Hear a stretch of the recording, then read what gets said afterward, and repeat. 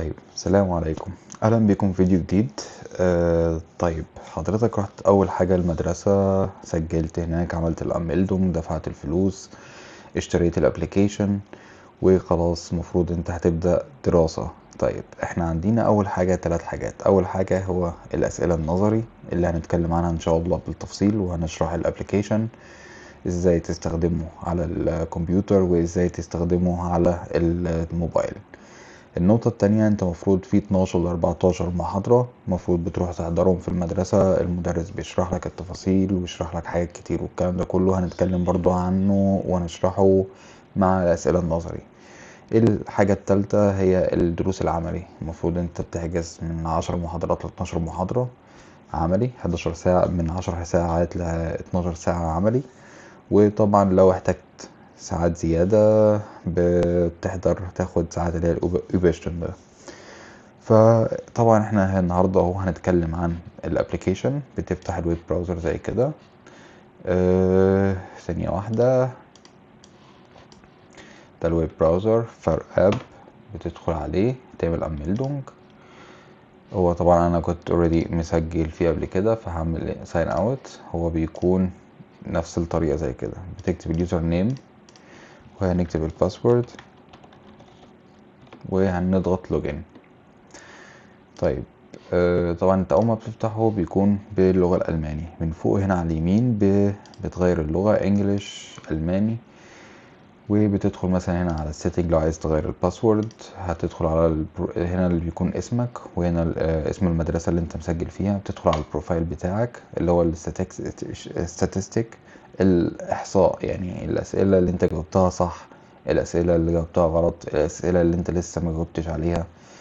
هو طبعا هنا المادة التاريخ والفئة بيكون مادة أساسية، او A2 أو 2 اللي هي الخاصة بالموتوسيكل، وفئة البي العربية. طيب عندنا احنا هنا إكمال التدريب. إكمال التدريب ده هو بيجيب لك 100 سؤال، بتغير السؤال مجموعة الأسئلة من هنا، بتدوس التالي، بيجيب لك كل تفاصيل الأسئلة هنتكلم عنها بالتفصيل إن شاء الله. هنخرج مثلا بالنهاية. هنا كلمة اختبار، انت لو عايز تختبر نفسك كأنك في امتحان التيست الأخير بتدوس على اختبار. بيجيب لك هنا طبعا مادة أساسية، ولو هتعمل أسئلة الخاصة بالموتوسيكل اللي هو الA والA2. وطبعا لو بتعمل معاها العربية فبيكتب لك هنا ال10 أسئلة الخاصة بالبي، ال20 سؤال الخاصين بالبي. هنا بيقول له تضغط التالي، بتخش على السؤال اللي بعده، بتحدد السؤال،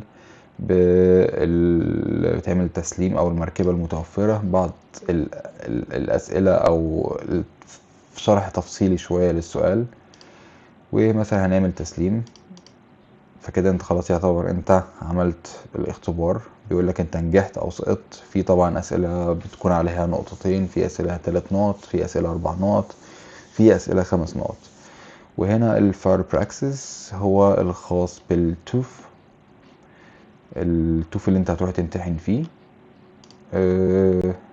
بترجع طبعا لو عايز تعمل اليوزر نيم والباسورد تحجز فيه والكلام ده عن طريق ده. وهندخل على التدريبات إضافية. طيب التدريبات الإضافية بيكون بتتكون من فصول كتاب التعليم، والأسئلة الخاطئة، وأسئلة جديدة، وأسئلة ال5 نقط، وأسئلة تختلف شكليا، وإشارات المرور، وأسئلة الخاصة بالفيديو، وأسئلة الخاصة بالإعداد اللي هي فيها شوية رياضيات، وطبعا الأسئلة المحددة اللي انت بتحددها، والتعليم. خلينا ندخل نبص على كل سؤال، كل يونت او كل باراجراف منهم.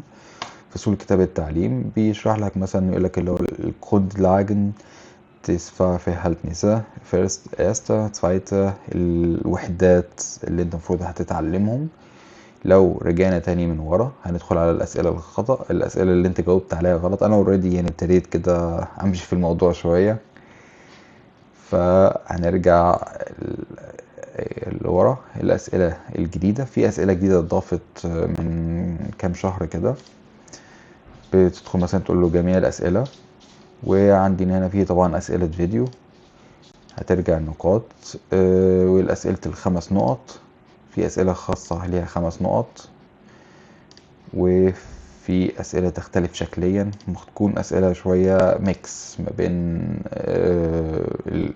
بتكون الأسئلة اللي هي الخاصة بالمبادئ، وما بين الأسئلة الخاصة بالموتوسيكل، الأسئلة الخاصة بالعربية.